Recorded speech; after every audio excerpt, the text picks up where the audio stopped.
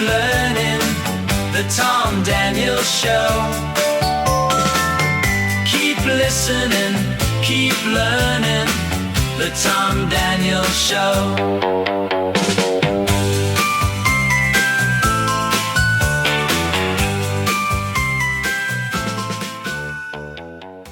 You're listening to the Tom Daniels Show, and I'm your host, Tom Daniel. Apple. Two completely different companies, same name, practically the same fruit sitting in the logo, and for the better part of 40 years, they fought each other in court over who got to use it. Here's the twist, though. One of those companies didn't even exist yet when the fight started. Today, we're talking about Apple versus Apple. Apple Corps, the company the Beatles built in 1968, and the long, strange legal war it waged against a little startup called Apple Computer Company out of a garage in Cupertino, California, that eventually became the most valuable company on Earth. But this isn't really a story about trademarks, though. It's a story about what happens when four musicians try to build something bigger than a band, and 40 years later find themselves fighting over the very name they picked. But I promise you, though, this is not a boring court battle story. Now, this one's got a dead manager, a 95% tax rate, a giveaway of free clothes to strangers, a computer sound effect that's legally a middle finger, and John Lennon accusing people of not being sophisticated enough to be called macaroni. Oh, wait, wrong episode. Hey, but it's close. So let's go back to August 1967. Brian Epstein, the man who discovered the Beatles, managed them, and by most accounts held their business affairs together with sheer force of will, was found dead in his London flat in August 1967. He was 32. The Beatles had never run their own finances. Epstein did all of that. And in England, in the late 1960s, the tax rate on their income bracket was higher than 90%. It's been estimated that out of every dollar they made, they got to keep a nickel. Their accountants gave them two options. Just go ahead and keep handing almost all of your money to the government, or put it in a business. So they built a business. By January of 1968, that business had a name, Apple Corps. Kind of like the Marine Corps, but it's Apple Corps. And it's a pun, Apple Corps. Say it, you get it. And it stuck. At a press conference in New York that May, John Lennon and Paul McCartney tried to explain what they'd actually built. It wasn't just a record label. It was supposed to be records, films, electronics, even a boutique. An entire ecosystem where, in Lennon's words, artists with a good idea wouldn't have to go begging in some executive's office. That boutique part is a great little story on its own. Apple opened a clothing shop on Baker Street in London at the end of 1967. It lasted about 7 months. It lost money constantly, largely because of shoplifting. And when the Beatles finally shut it down, they didn't liquidate the inventory the normal way. No, they gave it all away. They stood in the doorway and let people take whatever they wanted. That's Apple Corps in a nutshell during its first year. Enormous ambition, lofty ideas, absolutely no business discipline. Now here's where I want to correct something because it's a detail that gets flattened a lot in the retelling. Apple Corps, launching in 1968, was not some kind of messy departure from their old record label, EMI. I know, it sounds like it should be. Beatles start their own company. Practically comes with storms out of the record label built into the sentence, but that is not what happened. The Beatles never actually left EMI at that point. Apple Records, the music arm of Apple Corps, was distributed by EMI and its American partner Capitol Records all the way through 1976. The records still carried Parlophone and Capitol catalog numbers. EMI still owned the master recordings. The Beatles were, on paper, exactly where they'd always been, signed to EMI. By the way, the first single released on Apple Records was Hey Jude in August 1968. So what actually got messy with EMI, it wasn't the exit, it was everything else. By 1969, the band needed someone to manage Apple's finances, and they'd been without Brian Epstein for 2 years. And John Lennon brought in a New York businessman named Alan Klein, who also managed the Rolling Stones. Paul McCartney wanted no part of it. He was the only one of the four who refused to sign off on Alan Klein taking over. That disagreement became one of the fault lines in the band's breakup the following year. Paul wanted his own father-in-law, his wife Linda's father, Lee Eastman, to be the band's manager instead. For a time, the Beatles had two legally signed business managers operating simultaneously and at odds with each other. Meanwhile, the other divisions of Apple were falling apart on their own. The electronics division, run by a friend of John's named Magic Alex, who promised inventions that never worked, cost a fortune and produced almost nothing. The recording studio they built in the basement of their headquarters at 3 Savile Row had to be torn out and rebuilt because the original design forgot to include basic soundproofing. And the real EMI story, the one people usually mean when they say messy, didn't really happen until 1979. That's when Apple Corps actually sued EMI, accusing the label of underpaying Beatles royalties on the back catalog by more than $10 million. That lawsuit dragged on for a full decade, didn't settle until 1989. So if you're looking for the moment things got contentious with EMI, it's not 1968, it's a decade later, and it ran parallel to a completely different legal war that was just getting started. While all of that was unfolding, a very different Apple was being born 3,000 miles away. In 1976, Steve Jobs and Steve Wozniak started a computer company in California and called it Apple. The rainbow-striped bitten Apple logo went on their earliest machines, and almost immediately the Beatles' Apple Corps noticed. In 1978, Apple Corps sued Apple Computer for trademark infringement. The case settled in 1981. In the settlement, Apple Computer agreed to pay Apple Corps $80,000, and most importantly, the two companies signed an agreement carving up the world. Apple Computer would stay out of the music business. Apple Corps would stay out of the computer business. And as long as computers and music stayed in their own lanes, everybody could live with the name Apple belonging to two different companies at once. And for a few years, that actually worked. Then computers started making sound. You're listening to The Tom Daniels Show. We'll be right back. What are you waiting for? The Tom Daniels Show. What are you waiting for? The Tom Daniels Show. What are you waiting for? The Tom Daniels Show.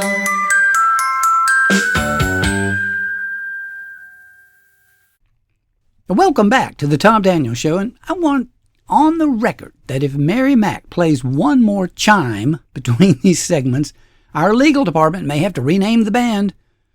Mary Mac is the world's most perfect band. Now, we left off with a peace treaty between two companies named Apple. That peace didn't survive the invention of the sound card. In 1986, Apple Computer put a synthesizer chip into a 16-bit machine called the Apple II GS, giving it real music-making capability for the first time.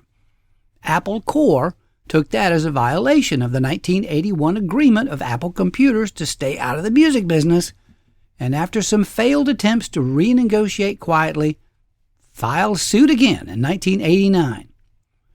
Now, this one dragged on through hundreds of days of testimony before it finally settled out of court in 1991. Apple Computer paid Apple Corps $26.5 million, and the agreement got a lot more specific about exactly what a computer company was and wasn't allowed to do with sound. Now here's my favorite detail from this whole saga, and it's true. During this exact period, there was an Apple computer engineer named Jim Reeks, and he was building the alert sounds for the Apple's new Macintosh operating system. He wanted to call the default alert chimes, and it sounded like this. Well, Apple's lawyers vetoed the name chimes. They thought it sounded too musical. And given the lawsuit hanging over the company with the Beatles, they didn't want to give Apple Corps any more ammunition.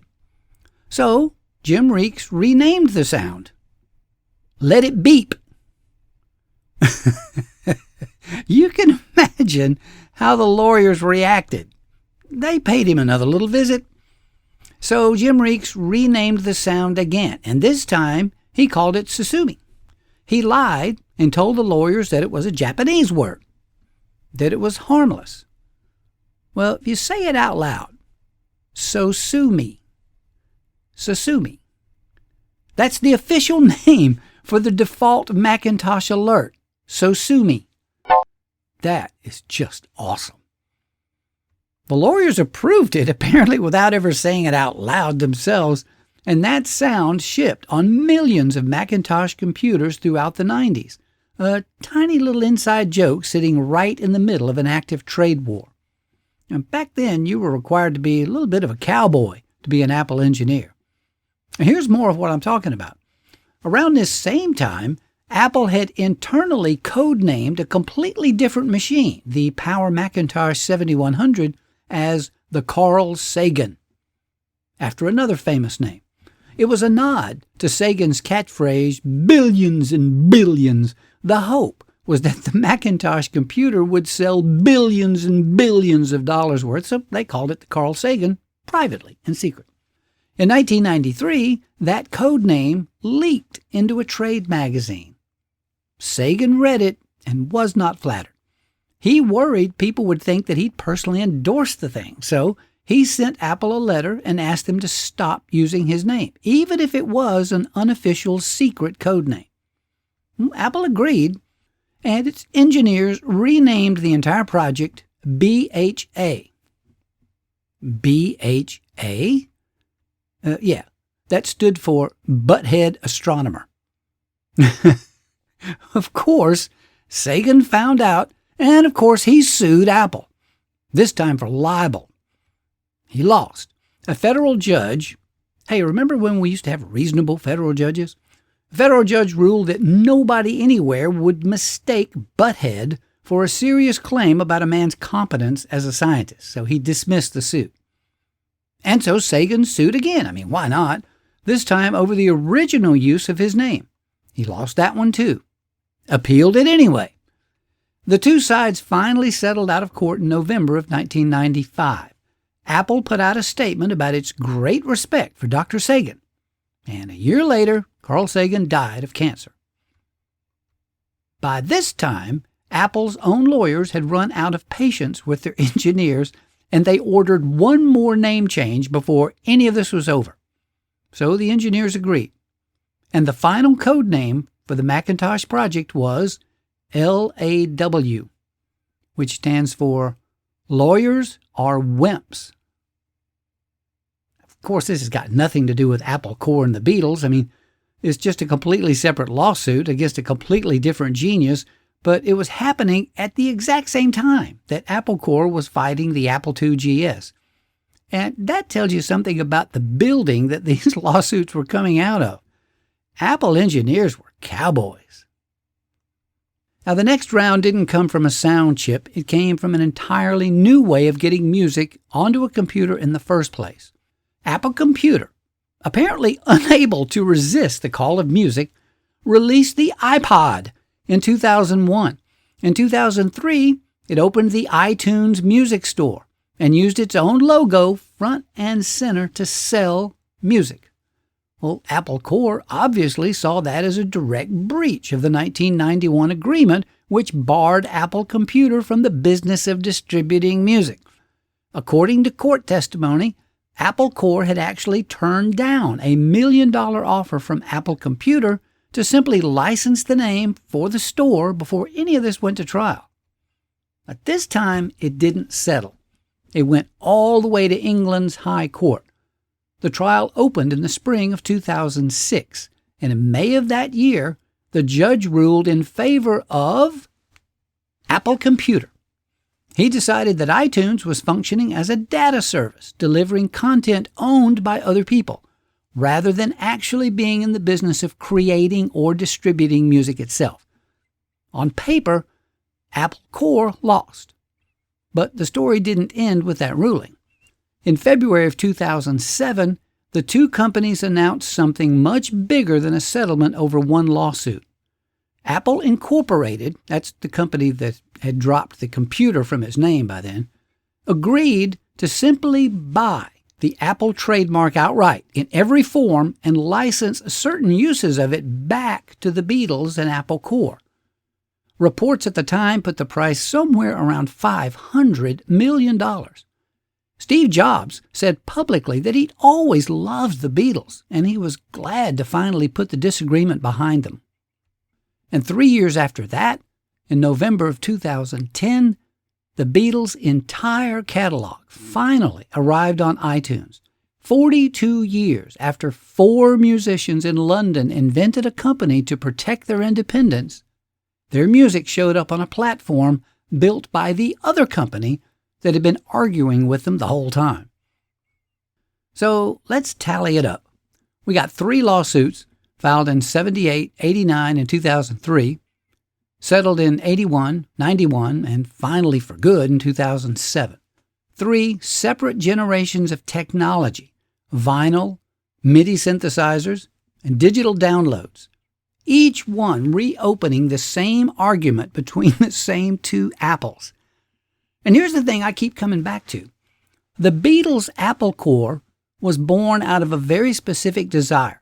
4 musicians trying to build something that would let them control their own name, their own art, their own future, instead of handing it over to somebody else's system. 40 years later, that same company spent its energy defending that very same name against a company that, in its own way, was trying to do the exact same thing, build something new and put its name on it without asking anyone's permission. And neither side was wrong to want that. That's what makes it such a stubborn fight. It wasn't really about logos or chimes or who got to sell a digital song first. It was about who gets to decide what a name means once the world changes underneath it. The Beatles picked the word Apple because it felt playful, a little bit rebellious, entirely their own. 42 years later, that same word was sitting in 100 million pockets, playing their songs on a screen nobody in 1968 could have imagined. Still theirs, and somehow also not entirely theirs alone. This has been the Tom Daniels Show. Keep listening. Keep learning. Keep listening, keep learning. The Tom Daniels Show. Keep listening, keep learning. The Tom Daniels Show.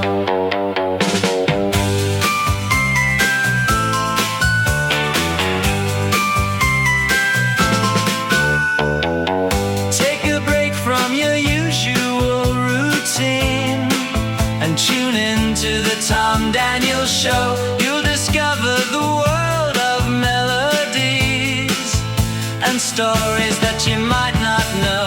Keep listening, keep learning. The Tom Daniels Show. Keep listening, keep learning. The Tom Daniels Show. What are you waiting for? The Tom Daniels Show. What are you waiting for? The Tom Daniels Show. What are you waiting for? The Tom Daniels Show.